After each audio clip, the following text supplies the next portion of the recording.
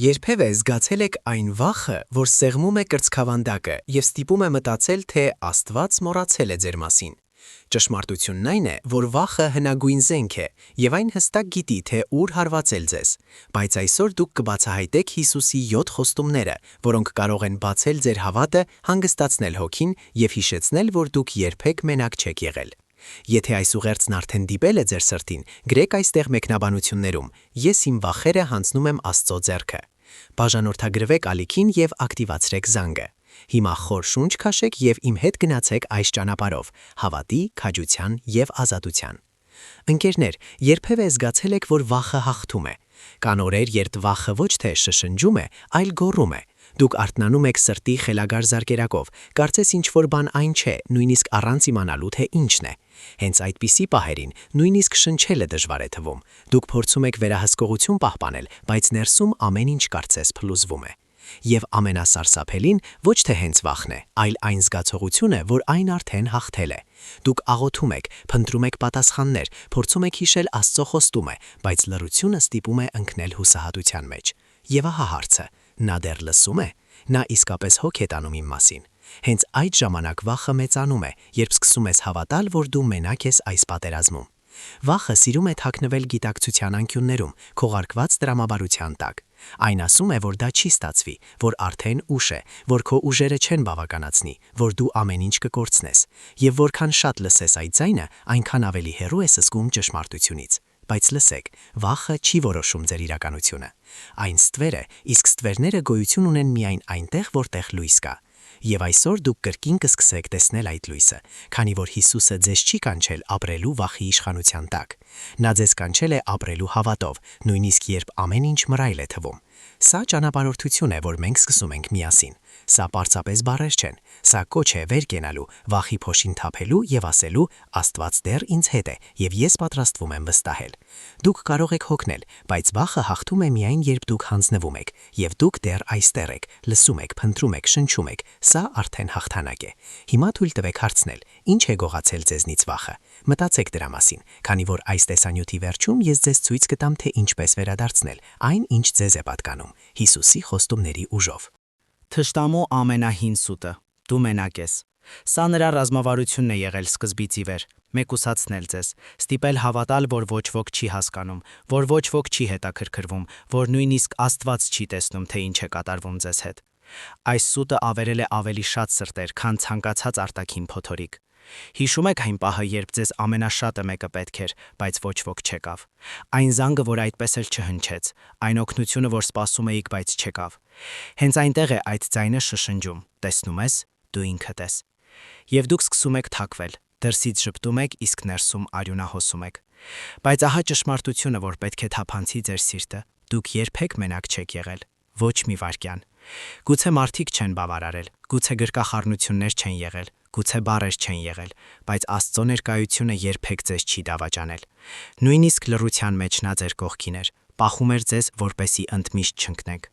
Ահա թե ինչու է թշնամին փորձում համոզել ձեզ հակառակը, քանի որ նա գիտի, եթե դուք հավատաք, որ մենակ եք, դադարում եք պայքարել, դադարում եք աղոթել, դադարում եք սպասել, եւ հետո նա կարող է փորձել հաղթել ձեզ։ Բայց եթե հիշեք, որ Հիսուսը խոստացել է լինել ձեզ հետ ամեն օր, վախը կորցնում է իր ուժը։ Այսպիսով այսօր ընտրեք մերժել այս սուտը։ Ասեք բարձրաձայն, եթե կարող եք. ես մենակ չեմ, Տերը իմ հետ է։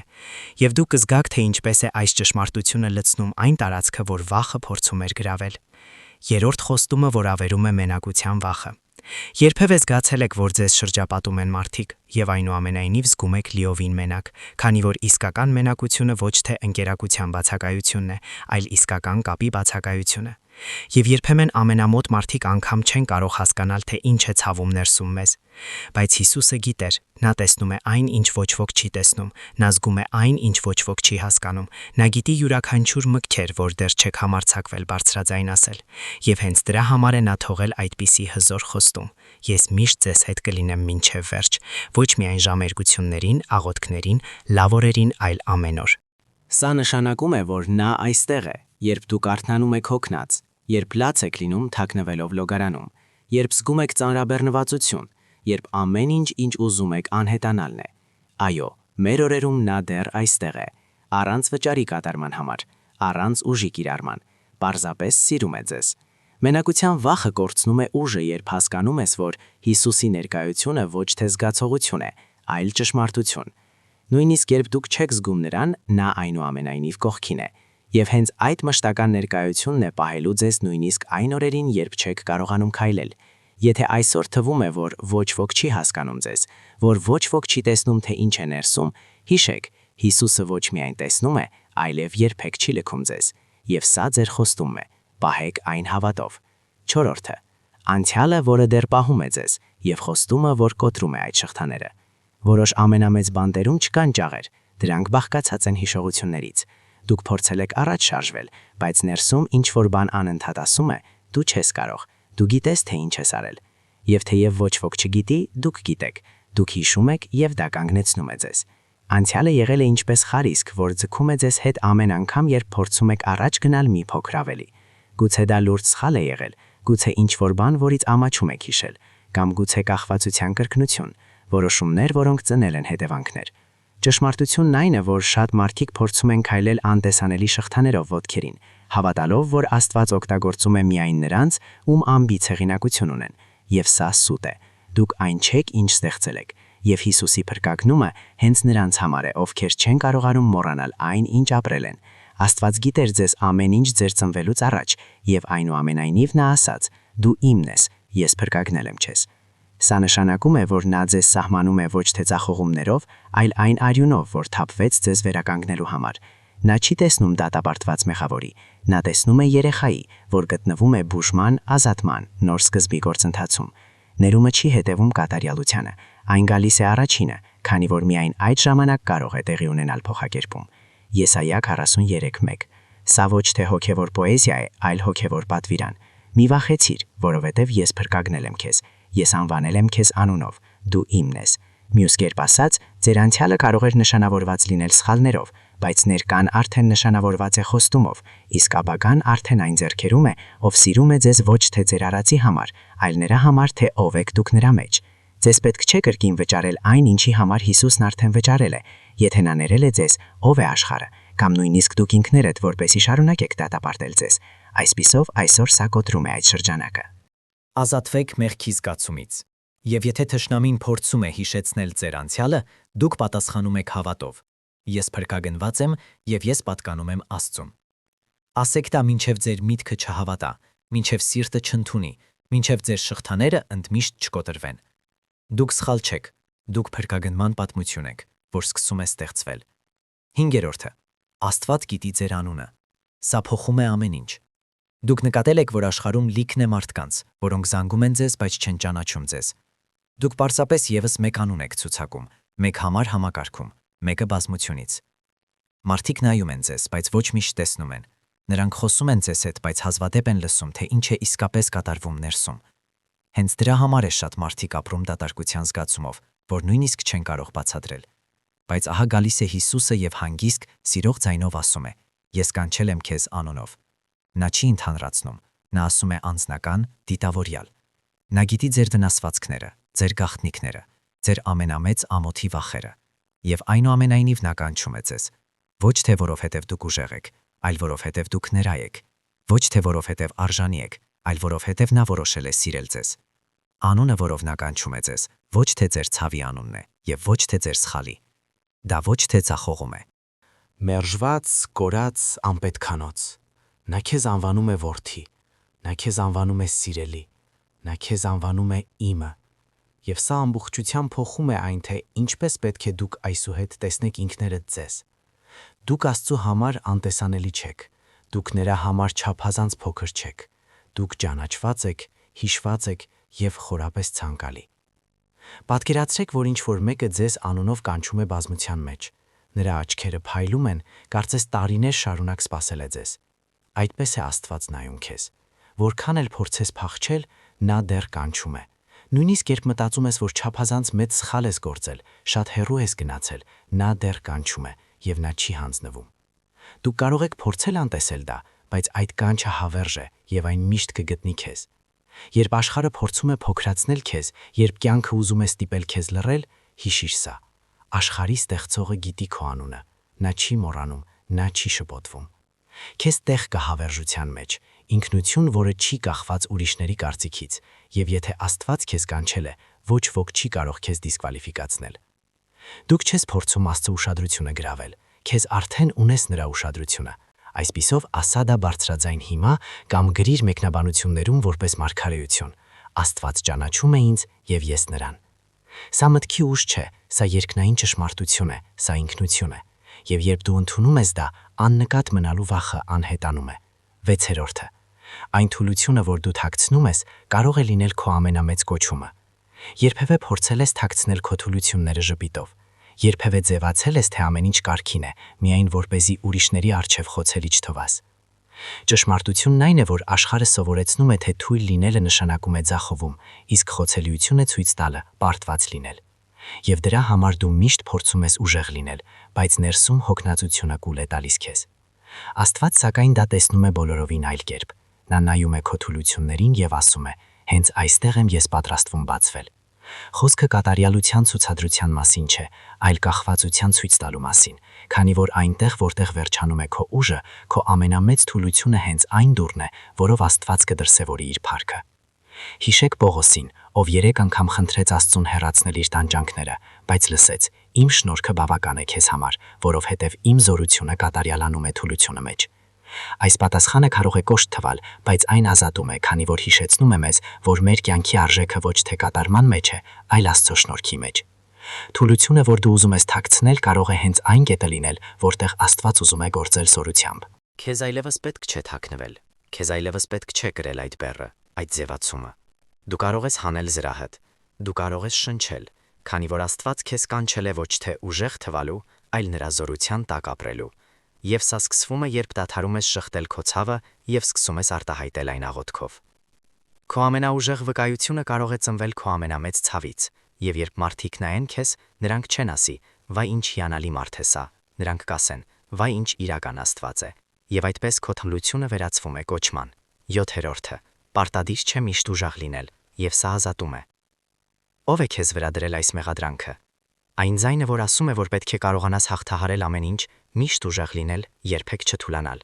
Գուցե դա ընտանիքից է, հասարակությունից կամ նույնիսկ քեզնից, բայց թույլ տուր քեզ ասեմ ջերմությամբ, սա Աստծուց չէ։ Կան օրեր, երբ պետք է միայն լաց լինել, ոչ թե լուծում գտնել։ Կան օրեր, երբ առավելագույնը, որ կարող ես անել, անկողնուց վեր կենալն է։ Եվ դա նորմալ է։ Դու ստեղծված չես ամեն ինչ մենակ կրելու համար։ Դու ստեղծված ես հենվելու հորի վրա, որ հոգ է տանում, կրում է, զորացնում է։ Հիսուսը երբեք չի ասել կատարյալ եղիր, նա ասել է. «Գաք ինձ մոտ, բոլոր հոգնածներ եւ ծանրաբեռնվածներ, եւ ես ձեզ հանգիստ կտամ»։ Սա հրավեր է, սա թեթևացում է, սա հանգիստ է։ Սա նա է, որ ասում է. «Քեզ պետք չէ կրել ամբողջ այդ բեռը, թույլ տուր օգնեմ քեզ»։ Գուցե հենց հիմա դու ապրում ես թուլության պահում, բայց դա չի դիսկվալիֆիկացնում քեզ, չի նվաստացնում եւ չի դարձնում քեզ ավելի քիչ հավատացյալ։ Հակառակը, Աստվածաշնչում ասվում է, որ Աստծո զորությունը կատարյալանում է հենց այստեղ, թուլության մեջ։ Այսօր ես ուզում եմ, որ դուք թույլ տաք ինքներդ ձեզ թույլ լինել Աստծո առջև։ Լրիր, եթե կարող ես, բայց մոտեցիր նրան, քանի որ նա քեզանից ուժ չի պահանջում, նա քեզ շնորհք է տալիս, եւ այդ շնորհքը դա ավելին է, քան բավական է։ 8-րդը. Պակասի վախը։ Ինչ եթե պակաս լինի։ Այս վախը լռում է, բայց կործանարար է։ Իսկ եթե փողը չբավարարի, իսկ եթե առողջություն չլինի, իսկ եթե ժամանակ չլինի, իսկ եթե մարդիկ չլինեն, իսկ եթե Աստված չգա, երբևէ բռնել ես քեզ նման մտքերով, կարծես ինչ-որ բան վերջանալու է, նույնիսկ երբ ամեն ինչ կարգին է։ Մշտական անհանգստություն, որ ինչ-որ բան սխալ կգնա։ Սա հոգու ախտանիշ է, կտրված ապահովման խոստումից։ Աշխարհը ապրում է այս պակասի տրամաբանությամբ։ Մեզ սովորեցրել են, որ ամեն ինչ սահմանափակ է, որ պետք է վազել մինչև վերջ, որ եթե դու չանես, ոչ ոք չի անի քո փոխարեն։ Բայց Աստծո արքայությունը աշխատում է այլ տեմպով, այլ իրականությամբ։ Աստված չի գործում այնով, ինչ մնացել է, նա անսպառ աղբյուր է։ Հիսուսը ասել է. «Ես եկել եմ, որպեսզի նրանք կյանք ունենան եւ ունենան այն արատությամբ»։ Սա խոստում չէ ամեն ինչ ունենալու մասին, ինչ ուզում ես, այլ այն մասին, որ ունենաս ամեն ինչ, ինչ իսկապես պետք է եւ ավելին, քան բավական է, հոսելու ուրիշների կյանքեր։ Աստծո առատ կյանքը չափվում է ոչ թե բանկային հաշվով, այլ խաղաղությամբ, որ պահում է քեզ նույնիսկ ամենադժվար օրերին։ Պակասի վախը ստիպում է մեզ ամուր բռնել ամեն ինչ։ Սա մեզ դարձնում է վերահսկող, անհանգիստ, փակված առատաձեռնության համար։ Բայց երբ հասկանում ես, որ Աստված երբեք չի թույլ տա պակասը այն բանի, ինչ իսկապես պետք է, դու սկսում ես ապրել թեթև։ Դու հասկանում ես, որ այն, ինչ նա խոստանում է, նա կատարում է, նույնիսկ եթե ամեն ինչ այնպես չէ, ինչպես դու պատկերացրել ես։ Աստված այսօր հրավիրում է քեզ թողնել այս վախը, դադարել ապրել ինչպես մարդ, որ պետք է պայքարի փշուրների համար, եւ վստահել, որ եթե նա քեզ կանչել է, նա կապահովի ամեն անհրաժեշտը յուրաքանչյուր փուլում։ Կյանքի առատությունը ոչ թե քանակի մեջ է, այլ նրա մշտական ներկայության մեջ քեզ հետ։ 9-րդը. Հիսուսը եկել է ոչ թե քեզանից ուրախությունը խլելու, նա եկել է ցույց տալու քեզ իսկականը։ Գուցե լսել ես, որ Աստծուն հետևելը նշանակում է հրաժարվել ամեն լավ բանից, որ քրիստոնյա լինելը նշանակում է լուրջ ապրել, տառապել, միշտ հրաժարվել, միշտ զոհաբերել, եւ հոգու խորքում այս միտքը սերմանել է վախ։ Արժե ամբողջությամբ հանձնվել Աստծուն։ Բայց թույլ տուր հիշեցնեմ քեզ այն, ինչ ասել է ինքը Հիսուսը։ Ես եկել եմ, որպեսզի նրանք կյանք ունենան եւ ունենան այն առատությամբ։ Հիսուսը եկել է ոչ թե քո կյանքը խլելու, նա եկել է սովորեցնելու քեզ իսկապես ապրել։ Սա պակաս չէ, սա շատ ավելին է, քան առաջարկում է աշխարհը։ Աստծո ուրախությունը կախված չէ հանգամանքներից։ Այն մնում է, երբ ամեն ինչ լավ է եւ երբ ամեն ինչ փլուզվում է։ Այն չի գալիս դրսից ներս։ Այն ծնվում է ներսում քեզ, երբ այնտեղ բնակվում է Սուրբ Հոգին։ Եվ հենց այդ իսկական ուրախությունն է պահում քեզ փոթորկի մեջ։ Աշխարհը տալիս է արագ, աղմկոտ, դատարկ ուրախություններ, բայց հետո դրանք ծանր հարված են հասցնում։ Մեղք, դատարկություն, անբավարարվածություն։ Աստված տալիս է ուրախություն, որ չունի հետհարված, չի պահանջում դիմակներ, կախված չէ արդյունքներից։ Ուրախություն, որ բուժում է, բարձրացնում է, լցնում է։ Այսպիսով, այսօր փոխիր այդ բանալին քո սրտում։ Աստված չի ուզում տեսնել քեզ տխուր, նա չի ուզում խլել քո երջանկությունը։ Նա ուզում է ցույց տալ քեզ այն ուրախությունը, որ աշխարհը չի կարող տալ եւ չի կարող խլել։ Սա խոստում է, եւ սա քեզ համար է։ 10-րդը. Անհնարինը քո կյանքում ունի անուն, հրաշք։ Դուք գիտեք այն իրավիճակը, որ ժամանակին համարել եք անհույս դեպք, այն ոլորտը կյանքի, որտեղ դուք նույնիսկ աղոթել եք, բայց խորքում կարծես հանձնվել եք։ Ահա եւ վերջ։ Հենց այդ ոլորտում է Աստված ուզում գործել, քանի որ այնտեղ, որտեղ դու տեսնում ես վերջ, նա տեսնում է հրաշքի սկիզբ։ Հիսուսը ասել է, որ անհնար է մարդկանց համար, բայց հնարավոր է Աստծո համար։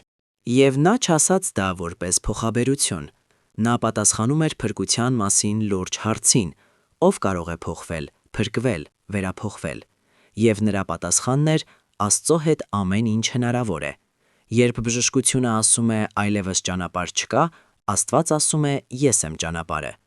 Երբ տրամաբանությունը ասում է ամեն ինչ ավարտված է, Աստված ասում է ես ամեն ինչ կսկսեմ նորից։ Երբ աշխարհը շրջվում է, նա շարունակում է նայել առաջ, սպասելով քո վերադարձին։ Նա մասնագիտացած է անհնարինը վկայության վերածելու մեջ։ Խնդիրը այն է, որ մենք հաճախ աղոթում ենք, քիչ սպասելով։ Մենք աղոթում ենք թույլ հավատով, խնդրելով փշուրներ, առանց հիշելու, որ խոսում ենք աշխարհի ստեղծողի հետ։ Բայց այսօր հենց այդ օրն է դա փոխելու համար։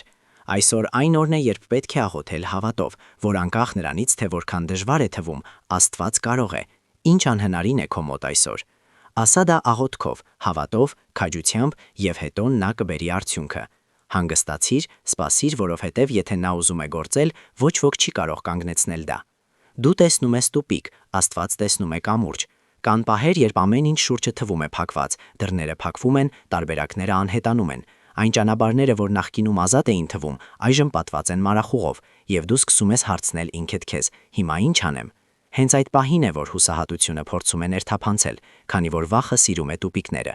Նա ուզում է, որ դու հավատաս, թե հասել ես ճանապարհի վերջին, որ այլևս լուծում չկա, որ արդեն ուշ է, բայց Աստվածաշունչը լի է այնպիսի պահերով, երբ վերջը դարձել է սկիզբ։ Աստված փորձագետ է ճանապարհներ ստեղծելու մեջ, որտեղ ոչ ոք չի տեսնում ելք։ Նա բաժանեց Կարմիր ծովը ոչ թե առաջ, այլ երբ մարդիկ հասան դրան։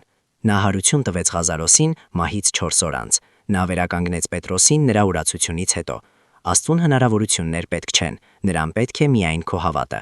Այնինչ թվում է քեզ տուպիկ, կարող է լինել կամուրջ, որ Աստված կառուցում է, որպեսզի քեզ տանի նոր տեղ։ Երբեմն նա անմիջապես չի բացում այն, որովհետև ուզում է սովորեցնել քեզ վստահել։ Երբեմն նա թույլ է տալիս լռությանը ուժեղացնել քո լսելիքը։ Այսպիսով նախքան հայտարարել է, որ ամեն ինչ ավարտված է, շնչիր եւ հիշիր, Աստված չի գործում իր ժամանակին, նա գործում է կատարյալ ժամանակին, եւ երբ գալիս է նրա ժամանակը, այնինչ խցանված էր սկսում է հոսել այնպես, որ նույնիսկ դու չես հասկանա։ Դու տեսնում ես խցանումներ, Աստված տեսնում է առաջընթաց, դու տեսնում ես վերջ, Աստված պատրաստում է նոր սկիզբ։ Դու տեսնում ես անհնարինը, Աստված ասում է. «Սպասիր եւս մի փոքր, որովհետև ես արդեն սկսել եմ»։ 12-րդը. Վախը վաղվա օրվա առջև գոյություն ունի միայն այն ժամանակ, երբ պակասում է վաղվա խոստումը։ Անհայտը վախեցնում է։ Դու չգիտես, թե ինչ է լինելու քո առողջության, ընտանիքի, ֆինանսների հետ։ Երբեմն հանգիստ ես քնում եւ արթնանում ես խուճապով։ Եվ ամենավատը այն ժամանակ է, երբ նորությունները միայն սնում են այդ վախը։ ճգնաժամեր, պատերազմներ, հիվանդություններ, անկայունություն։ Բայց ապագայի վախը միայն ուժեղանում է, երբ վստահությունը դառնում է վերահսկողության տակ։ Եվ եկեք ազնիվ լինենք, դուք երբեք իսկական վերահսկողություն չեք ունեցել։ Մեզանից ոչ ոք չգիտի։ Անվտանգությունը չի գալիս ապագան տիրապետելուց։ Այն գալիս է վստահությունից նրան, ով արդեն այնտեղ է։ Աստծո խոսքը լի է ապագայի խոստումներով։ Հիսուսը ասել է, որ նա պատրաստում է տեղ։ Պողոսը ասել է, որ հիմա տառապանքը համեմատելի չէ այն փառքի հետ, որ գալու է։ Սաղմոսն ասում է, որ բարությունը եւ ողորմությունը կուղեկցեն մեզ ամեն օր։ Մյուս կերպ ասած, վաղը արդեն ունի Տերը։ Եվ սա ոչ թե վախ է, այլ հայր։ Երբ դու կապվում ես այդ խոստումներին, վախը կորցնում է իր տեղը։ Նա կարող է նույնիսկ դուռը թակել, բայց այլևս չի կարող գտնել իր տունը, որովհետև քո սիրտն արդեն զբաղված է վստահությամբ, որ Աստված հոգ է տանում նույնիսկ ամենափոքր մանրամասների մասին։ Դու չգիտես, թե ինչ է լինելու վաղը, բայց գիտես, թե ով է լինելու քեզ հետ, եւ դա բավական է, որովհետև աշխարհը երաշխավորում է ոչ թե խնդիրների բացակայությունը, այլ Աստծո ներկայությունը բոլոր նրանց մեջ։ Այսպիսով այսօր հայտարարիր հավատով. Տեր, ես չեմ կառավարում վաղվա օրը, բայց վստահում եմ քո ծրագրին։ Գնա իմ հետ։ 13. Դու արդեն Աստծո ձեռքերում ես, եւ ոչ ոք չի կարող քեզ այնտեղից հանել։ Երբևէ վախեցել ես ամեն ինչ կորցնելուց։ Վախենում ես այնքան սխալներ գործել, որ նա հրաժարվի քեզանից։ Այս մտքերը հանդիպում են ավելի հաճախ, քան թվում է, եւ թշնամին գիտի դա։ Դրա համար էլ շշնջում է կասկածներ, փորձում է համոզել քեզ, որ մեկ սխալը բավական է, որպեսզի Աստված լքի քեզ։ Բայց Հիսուսը Հովհաննես 10-ում տվել է խոստում, որը վերջնականապես կփակի այս վախի ճեղքը։ Նա ասել է. «Ոչ ոք չի կարող նրանց խլել իմ ձեռքերից, իմ հայրը բոլորից վեր է, եւ ոչ ոք չի կարող նրանց խլել հոր ձեռքերից»։ Հասկանում ես դա։ Քեզ պահում են երկու ձեռքեր՝ Հիսուսի ձեռքերը եւ հոր ձեռքերը։ Սա կրկնակի հոգեվոր անվտանգություն է։ Սա նշանակում է, որ քո փրկությունը, քո արժեքը, քո կյանքը պահպանվում են նրա կողմից, ով չի բաց թողնում։ Նույնիսկ երբ ընկնում ես, նույնիսկ երբ սխալներ ես գործում, նույնիսկ երբ հավատը թուլանում է, Աստված քեզ ձեռքից չի բռնում ելնելով քո արդյունքներից։ Նա պահում է քեզ իր հավատարմության հիման վրա, եւ Աստծո հավատարմությունը անսասան է։ Ահա թե ինչու նույնիսկ այն օրերին, երբ զգում ես թուլություն, դու շարունակում ես կանգնել, որովհետև նա դեռ պահում է քեզ։ Այս ճշմարտությունը պետք է ապրի քո սրտում։ Դու անվտանգ ես, ոչ թե որովհետև կատարյալ ես, այլ որովհետև Աստծո սերը քեզ հանդեպ ավելի ուժեղ է, քան քո սխալները, եւ ոչ մի ուժ երկնքում, երկրի վրա կամ դժոխքում չի կարող քեզ հանել հոր ձեռքերից։ 14. Եթե ամեն ինչ ցավում է, Աստված դեռ գրում է։ Կան կյանքի շրջաններ, որ այնքան են վիրավորում, որ թվում է, թե Աստված մոռացել է քո մասին։ Շուրջդ նայում ես եւ ամեն ինչ լուռ է։ Պատասխաններ չեն գալիս, դռներ չեն բացվում, թեթևացում չկա, եւ ինչ է մնում՝ ցավը։ Բայց շատերը մոռանում են, որ ցավը նույնպես պատմության մաս է։ Աստված գրում է ոչ միայն հաղթանակներով, նա գրում է նաեւ արդյունքներով։ Այն գործընթացը, որ այսօր ցավ է պատճառում, կարող է պատրաստել քեզ այն բանի համար, ինչ դեռ չես տեսնում։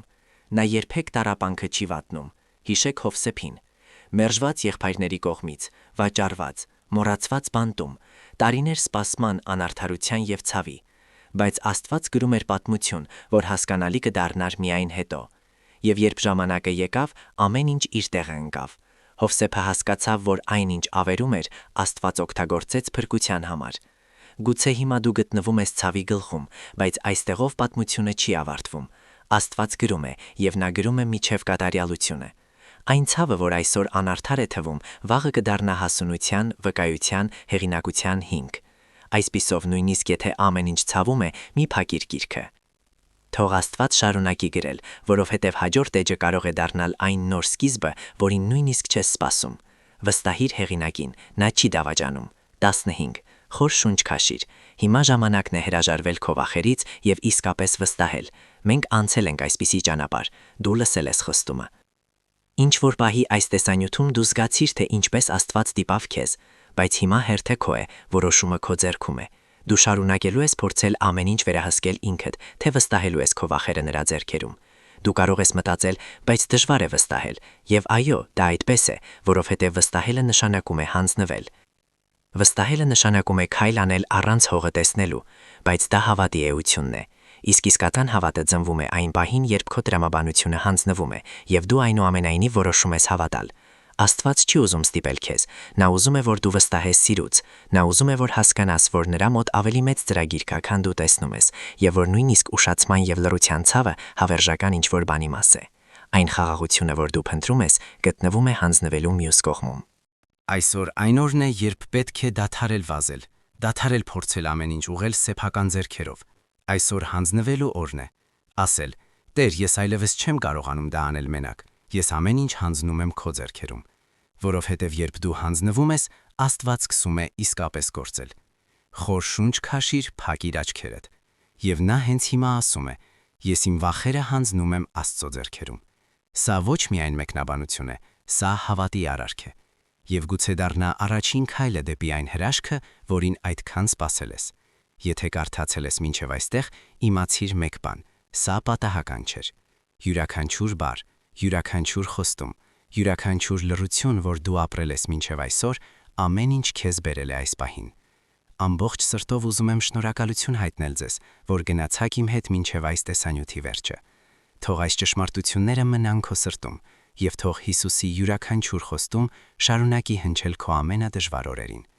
Եթե այս ուղերձը դիպել է քո հոգուն, մի թող այն միայն քեզ համար։ Կիսվիր դրան նրա հետ, ում նույնպես պետք է լսել դա, որովհետև դու երբեք չգիտես, թե ինչ պատերազմ է մղում մյուս մարդը լռության մեջ։ Թող Աստված օրհնի քեզ, պահպանի քեզ եւ առաջնորդի խաղաղությամբ։ Տեսնվենք հաջորդ տեսանյութում։